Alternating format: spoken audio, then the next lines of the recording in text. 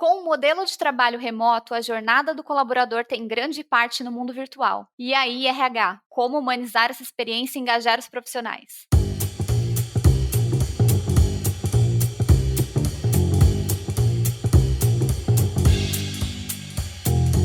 Olá, seja bem-vindo a um novo episódio do Foca no Trabalho, seu podcast semanal sobre carreira, empregabilidade, mercado de trabalho, metaverso e muito mais. Eu sou a Bru Garcia. E eu sou a Lê Falsarella e hoje a gente vai falar de um tema que eu acredito que vocês vão querer ouvir. E para falar sobre esse tema do futuro, a gente está com Daniel Uchoa da Workverse. Daniel, muito obrigada por estar aqui conosco. Estamos muito animadas em te receber e eu vou pedir para você se apresentar para o pessoal que está nos ouvindo para te conhecer um pouquinho. Olá pessoal, eu sou o Daniel Uchoa, fundador e CEO da Workverse. Já trabalho com inovação há um bom tempo, mais de 15 anos. A Workverse é uma empresa investida pelo Hub de Inovação da Vivo, o Aira.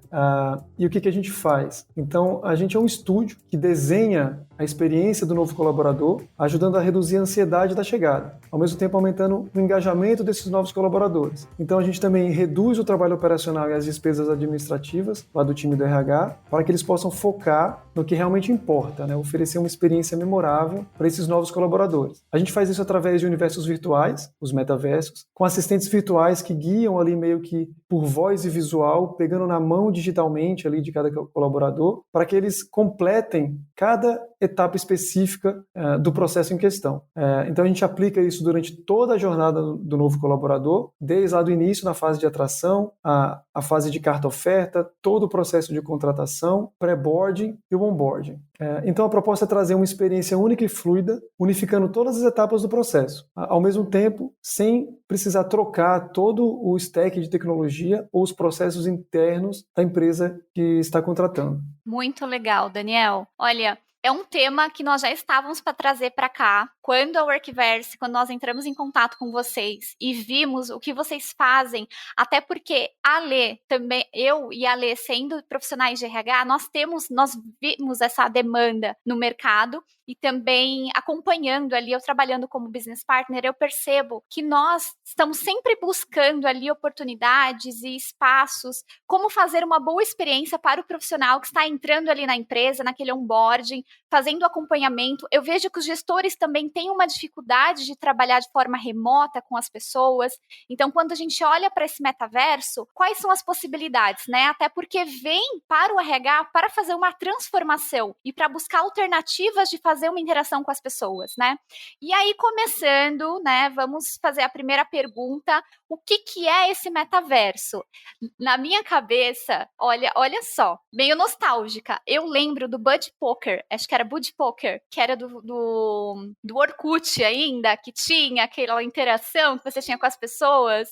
Então, o que é o metaverso, Daniel? Ajuda a gente a entender um pouquinho melhor. Então, o metaverso, na verdade, tem várias definições, não tem um consenso. É um termo que foi cunhado há um bom tempo atrás, tem mais de 30 anos, e no meu entendimento é um conjunto de espaços digitais que a gente usa para socializar, aprender, se divertir, mas principalmente para resolver problemas.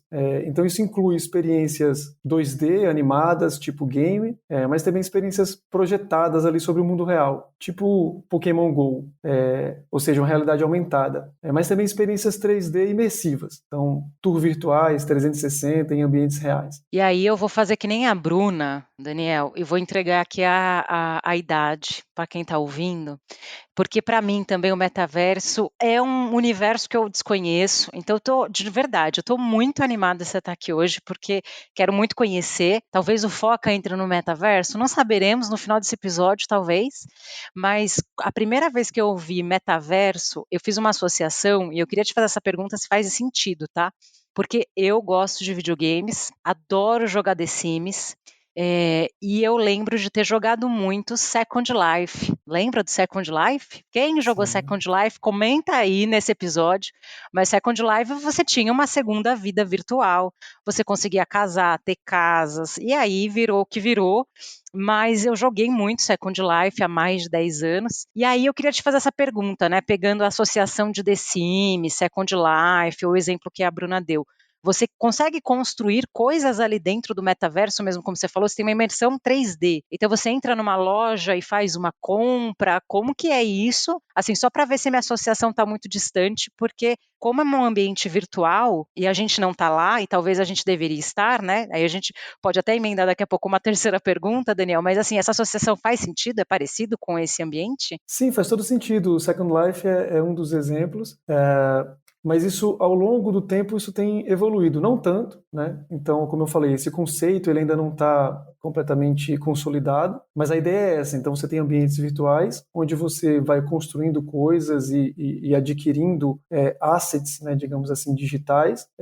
Só que isso gera uma série de problemas, né? Então, assim, hoje ainda é muito a ideia, mesmo o Facebook, né, tendo mudado o seu nome para Meta e dado esse foco. Você tem problemas ali de vazão de internet, você tem problemas de poder computacional. Então, existe há muito tempo e, ao mesmo tempo, estamos engatinhando, porque a tecnologia precisa evoluir bastante para que você tenha interoperabilidade entre esses mundos, né? Então, você citou um caso, né, de Second Life, e aí você tem o The Sandbox, que é um player forte hoje, o Decentraland, a Roblox, que é muito famoso também, o Fortnite. Então, são ambientes isolados. Agora, como você sai de um ambiente desse, mantendo sua identidade virtual, né, o seu avatar, ou moedas, né, que você adquiriu, ou sua carteira, né, para um outro ambiente desse. Então tem uma série de desafios ainda, está tudo muito no início. Mas é legal você falar que essa associação faz sentido porque a gente consegue visualizar. E aí eu vou fazer a pergunta que eu fiz ali no meio,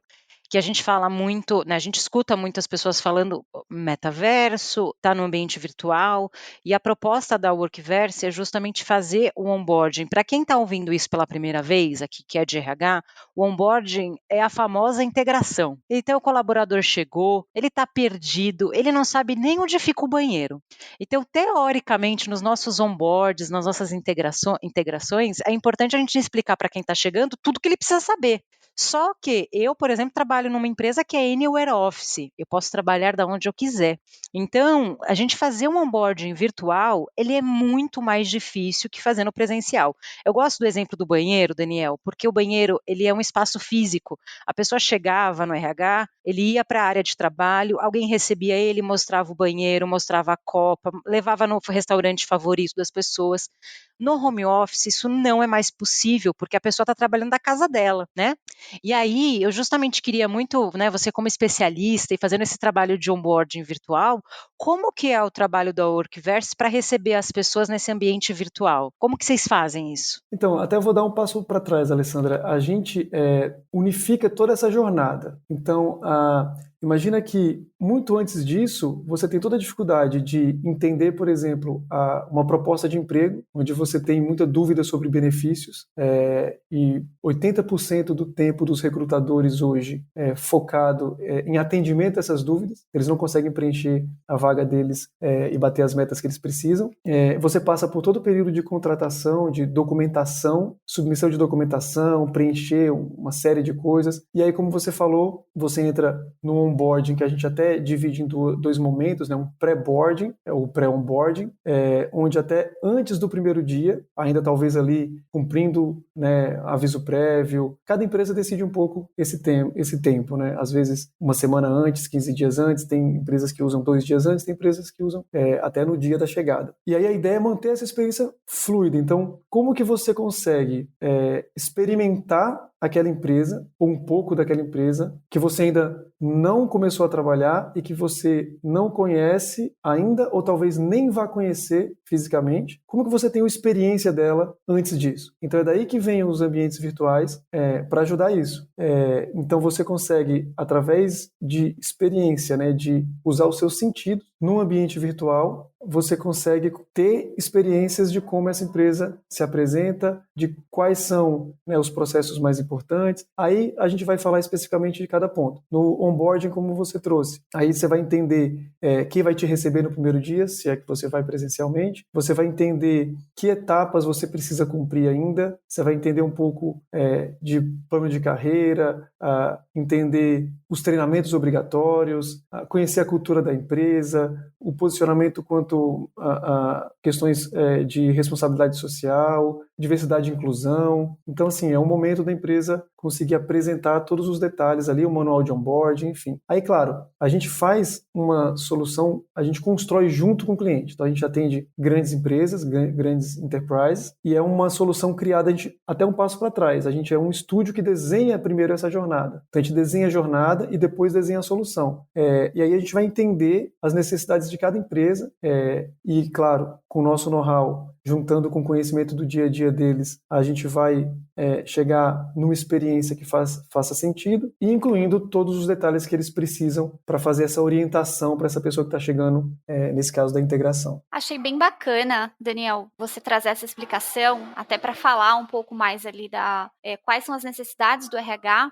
E eu fiquei curiosa para entender um exemplo, né? Você falou da jornada, a gente entender a jornada, as demandas, para depois fazer ali qual é o passo a passo, o designer. Você consegue trazer exemplos para ficar mais fácil de entender? Uma jornada que gostaria de ser construída ali, uma demanda que teve de empresas, ou uma demanda recorrente no RH, né? Porque nós temos dores próximas, todas as empresas possuem ali uma dor na retenção de talentos e tudo mais. E aí eu queria entender um pouquinho mais na prática como é construída essa jornada e também o quanto está agregando, né, para essa jornada, se a gente consegue ter essa métrica de quanto agregou depois dessa implantação. Perfeito. Então, por exemplo, um dos primeiros clientes foi a própria Vivo, né? Então, a gente, atuando na parte ainda de oferta de emprego, você tem todo o processo normal de seleção, mas o momento do sim é o momento mais emocional, talvez, de toda a jornada. Então, você tem toda essa briga por talentos e toda uma dificuldade, né, de atrair os melhores talentos e todo um processo que custa tempo e dinheiro, só que você perder os melhores candidatos ali no último momento, porque você enviou uma carta oferta, que é um texto que a pessoa teve uma série de dúvidas, e aí tem trocas de mensagens, né, com o recrutador para entender essas dúvidas, por exemplo, sobre benefícios, e aí você tem uma experiência ruim. Então a gente resolve isso criando, né, essa experiência virtual, onde ele vai experimentar virtualmente esses benefícios, entender detalhes, e aí você tem todo o apoio multimídia, né, para aguçar os sentidos dessa pessoa e ela compreender cada um dos benefícios. E aí ele segue, então é uma proposta de emprego como se fosse a carta oferta, mas não é uma carta, é uma experiência de oferta, onde ele vai navegar por todo o processo, né, todas as opções de benefícios, e ao final ele dá o aceite na oferta, nessa proposta de emprego. Então, a gente tem, nesse processo, a gente tem 70% de todas as ofertas, elas são aceitas em 15 minutos. Então, antes as empresas tinham uma semana ou 2 dias, né? E agora 70% delas são aceitas em 15 minutos. Você tem uma taxa de 98% de aceites, ou seja, 2% só não aceitam. Isso é um aumento, né, em 40% do que eles normalmente têm antes. E desses 2% que não aceitam, 1% é porque já engajou e aceitou a proposta em outro lugar, e 1% apenas tem dúvidas. Então a gente só tem 1% de dúvidas sobre benefícios nesse processo. Sendo que antes, como eu falei no começo, 80% do tempo dos recrutadores era alocado somente para esse atendimento de dúvidas. Então a gente praticamente elimina esse problema e ao mesmo tempo com a altíssima satisfação desse novo colaborador. Então a gente tem eNPS de 96, 98, 100, dependendo do caso da empresa. O mais baixo que a gente tem é 96. Isso eu estou dando um exemplo apenas do momento ali da oferta, mas aí a gente também pode falar de admissão, de onboarding, aí eu posso citar outros números se vocês quiserem. Não, eu acho que esse é bem ilustrativo, viu, Daniel? Porque assim, eu vou dividir aqui a minha experiência rapidinho, tanto como colaboradora e como RH, que eu acho que é legal para a gente se colocar no lugar dessas duas pessoas, né? Como a Bruna falou, a gente trabalha há algum tempo em RH, né? Aí fica aí no ar quanto tempo.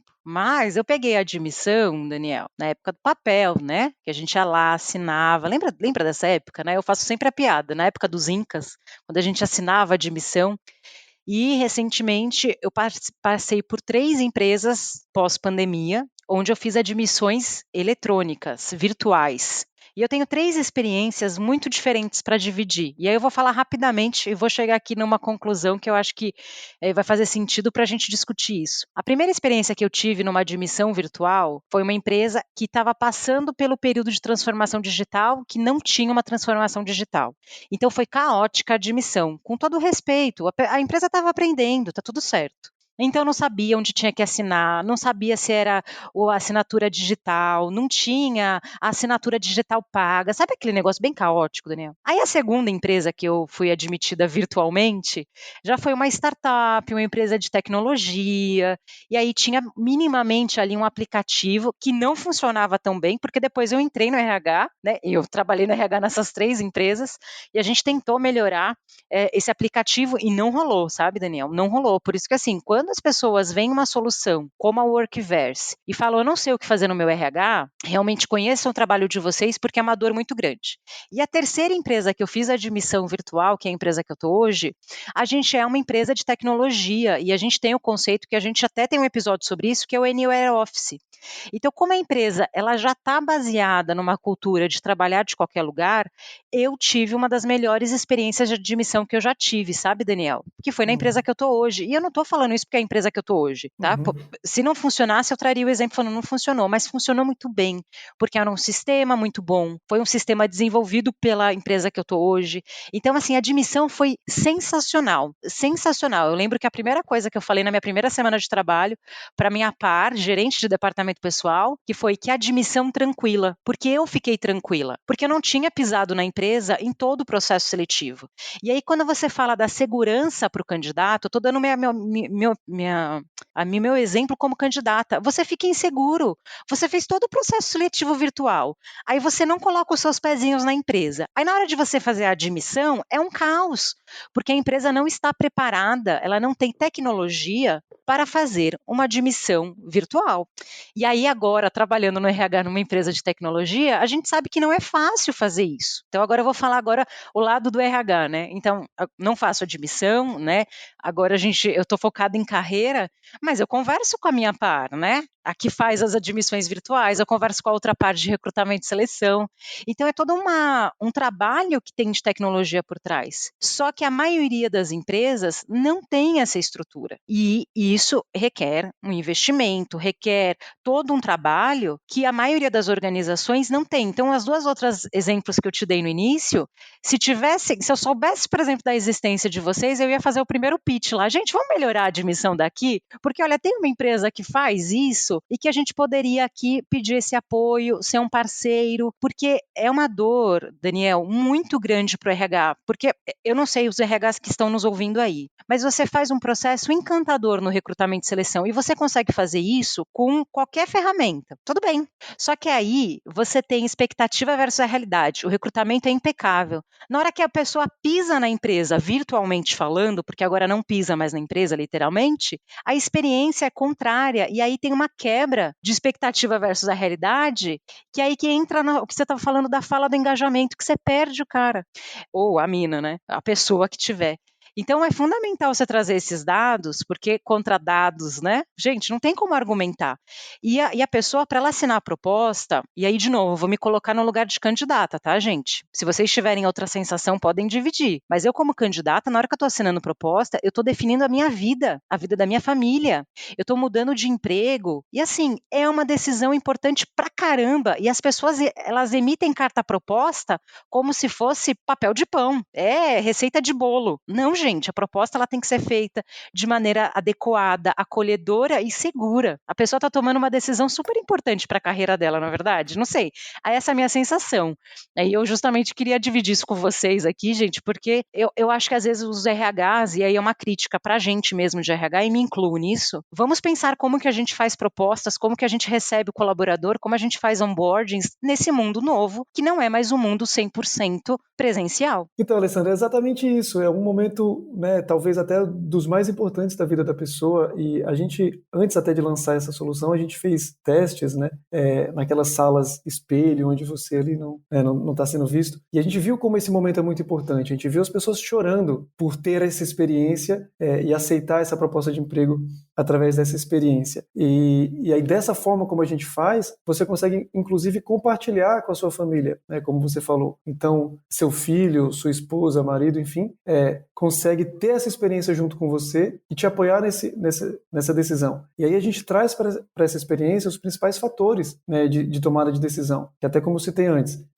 questões, né? Hoje a gente busca a empresa muito mais por matching com nossa proposta de vida, com nossos valores, né? Pelo valor da empresa. Então a gente vai ver questões de diversidade e inclusão, responsabilidade social, a própria cultura da empresa, que é muito importante. Principalmente pós-pandemia, a gente vê que esses fatores e benefícios, eles são até mais importantes do que o próprio salário. Então a gente cria esses ambientes e o cenário que você trouxe realmente é muito desafiador, porque a gente tem, né, dados, por exemplo, da Forbes, onde 1 a cada 4 pessoas que entram numa nova empresa, eles deixam a empresa antes de 45 dias. Então, assim, como é que pode? A pessoa acabou de escolher uma empresa, como é que ela desiste dessa empresa ainda em 45 dias? Então tem muito com aquilo que você falou, né? A expectativa não condiz com a realidade, mas uma realidade ainda assim, no início do início, ainda dentro dos 45 dias. E é onde ele está no momento inicial, né, na hora do aceite, de mais energia. Então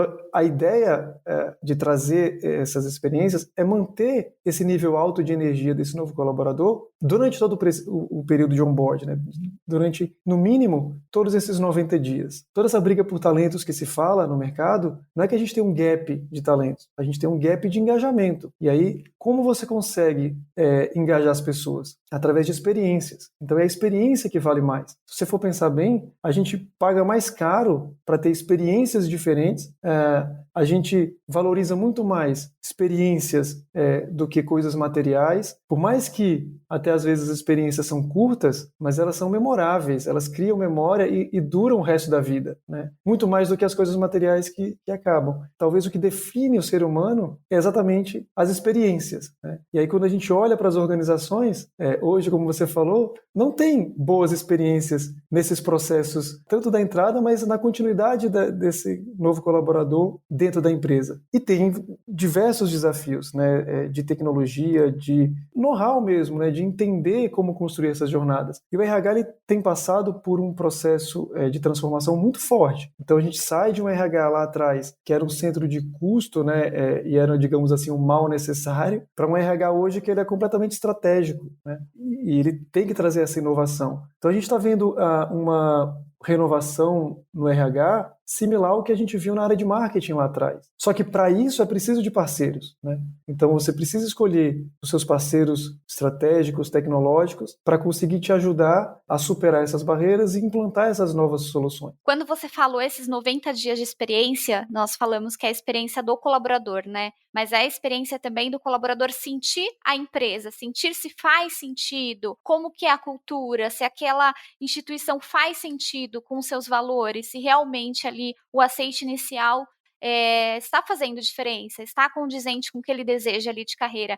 E é esse momento, esses 3 meses aí que nós estamos trabalhando com o colaborador, eu que sou business partner, estou bem próximo do colaborador nesses dias, o RH ele tem essa estrutura, né, acabou surgindo essa necessidade de uma pessoa que seja uma people ali, que seja mais próximo, que faça esse engajamento, até por retenção, porque como você falou dessa guerra de talentos no mercado, as pessoas precisam, o RH precisa olhar para o colaborador e trazer experiências que favoreçam, que façam com que ele realmente fique ali na empresa, e é o desafio no digital, né? Eu vejo que muitos, até trazendo um exemplo que eu achei assim bem bizarro do mercado, gestores que estão no home office, né? Empresas trabalham home office, mas que estão o tempo inteiro numa sala conectado. A pessoa para ir ao banheiro precisa sinalizar, a pessoa para levantar precisa sinalizar.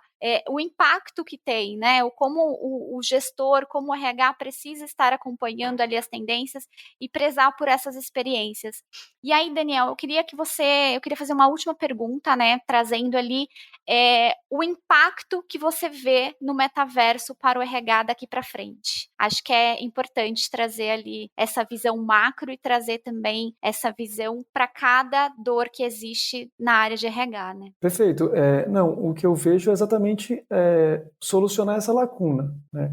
De trazer essa experiência, tanto para resolver os problemas, concluir etapas ou efetuar processos nessa fase inicial de entrada, como também de manter essa experiência ao longo de todo o ciclo de vida desse novo colaborador, com treinamentos, né, experiências muito mais imersivas e muito mais mais práticas. E aí eu falei um pouco da oferta, mas se a gente trazer o caso aqui da admissão, por exemplo, então a gente tem também, né, um pouco para mostrar como esse tipo de ambiente, né, e universos virtuais ele pode ser efetivo, tá? Então 70% das admissões com a gente, elas são feitas em até 1 hora. Todo o processo de admissão, de contratação, 70% é feito em 1 hora. A gente tem uma economia de 60% a 90% do tempo e das horas dedicadas, né, do time de RH para acompanhar esse processo, diárias, né? E, como eu citei, o nível de satisfação altíssimo, né, NPS 96 a 98. Se a gente vai para o caso da integração, do onboarding, 95% de todas as pessoas, elas concluem todo esse processo dentro do prazo, né? Para quem trabalha com isso sabe que isso é um número, é uma meta até muitas vezes inatingível, tá? Então é um processo que é 10 vezes mais rápido. Então essa pessoa, com essa agilidade no processo e essa eficiência, essa pessoa se torna produtiva muito mais rápido. E aí os clientes reportam para a gente a redução desse turnover de 64%, às vezes até mais. Então esses ambientes eles vêm para conseguir suprir essa lacuna e trazer toda essa questão da humanização. O RH hoje ele é estratégico porque as pessoas são estratégicas. E quem inova são pessoas, né? As máquinas não inovam. Então a gente entende até que o RH é esse acelerador do progresso humano. Só que para isso você precisa de ferramentas, de parceiros, e eu vejo o metaverso como uma grande possibilidade de suprir essa lacuna. Olha, eu vou falar, Daniel, que hoje eu tive a aula que eu queria ter, assim, eu estava com expectativa alta, mas você atendeu, superou as expectativas. Vou sair desse episódio entendendo 2% de metaverso, mas assim, para mim já foi assim um divisor de águas, porque realmente é algo novo para gente que não está no universo de tecnologia, né? De novo, vou colocar aqui o chapeuzinho do RH. A gente tenta sempre aprender, e aí para você de RH que está ouvindo a gente, eu entendo sua dor no sentido de, nossa, isso parece ser muito distante, isso talvez pareça que é o futuro, mas é a realidade atual. Quando você fala assim, Daniel, as pessoas são estratégicas e por isso que o RH está se tornando estratégico, é você dentro do ambiente virtual, por mais que você ainda não conheça, a gente está aqui engatinhando, mas você sempre priorizar o humano. E eu vou fazer um comentário que eu percebo muitos RHs com essa mentalidade, que é a mentalidade de divulgar a humanização, divulgar que é dessa forma, mas na prática, no processo, não é. Né? Então, essas histórias que você conta de apresentar a proposta com a família, isso é ser humanizado. Ai, mas está dentro do metaverso. Não importa se está dentro do metaverso, fora do metaverso. É você focar no humano, né? O H realmente ser protagonista e não um recurso, né? É o humano ser protagonista. E eu quero, de novo, agradecer muito sua vinda. Volte mais vezes. A gente convida, tá para deixar claro, a gente convida o convidado fora do ar e convidamos dentro, né, na gravação. Então, volte mais vezes para falar de outras histórias, conte com Foca, para a gente divulgar realmente esse trabalho, porque, como eu dividi, né, as minhas admissões foram transformadoras quando tinha realmente uma ferramenta, e eu acredito que tem muitos RHs por aí que precisam de uma ferramenta e que talvez não saibam que essa ferramenta ela existe, que ela já está ali, que não é mais o futuro, ela é o agora. E é muito poderoso quando você fala do engajamento, porque hoje o tempo é escasso para todo mundo. Então a gente tem que cuidar do tempo das pessoas. A gente não pode fazer com que o colaborador ele crie uma expectativa e quando ele chega lá na empresa, depois de ter assinado o contrato, ter criado expectativa, ter falado para a família, ele descobrir com 40 dias que aquela empresa não serve nem para ele nem para a família dele. A gente tem que pensar que todo currículo, todo nome que está ali naquele currículo, naquela proposta, é a vida de uma pessoa. E isso, para mim, né, é ser realmente focar no humano. Então, antes da gente se despedir oficialmente, Daniel, por favor, deixa suas redes sociais, porque as pessoas vão querer te encontrar nesse universo aí virtual. Deixa o LinkedIn, obviamente a gente vai deixar marcado aqui também. Onde que o pessoal te encontra? Deixa o nome do LinkedIn, as redes sociais da Workverse, fica à vontade se quiser também deixar uma mensagem final. Alessandra, e complementando, como você pode querer humanizar a jornada do novo colaborador se você não tem tempo, se você não tem tempo para dar a atenção devida, né? Então você precisa de tempo para dar atenção. Como você quer construir relacionamentos mais humanos se não existe atenção? Isso não é possível, né? Bom, eu agradeço demais aqui a participação. Quem quiser trocar ideias, me procurar no LinkedIn, pode procurar lá. A gente tem também outras redes sociais, é o Workverse, e vocês vão achar aí em várias redes sociais. Agradeço demais aí a participação. Daniel, reforço nosso agradecimento. Mais uma vez, obrigada por contribuir com conhecimento, nos ajudar e ajudar vários RHs que provavelmente vão ouvir esse episódio e vão pensar de forma diferente e inovar dentro da área. Então, muito obrigada. Para quem quiser encontrar o Foca, nós estamos nas redes sociais, lá no Instagram como @Foca no Trabalho ou no LinkedIn como Foca no Trabalho. Até o próximo, então. Tchau, pessoal. Tchau, tchau. Tchau, tchau, pessoal. Obrigado.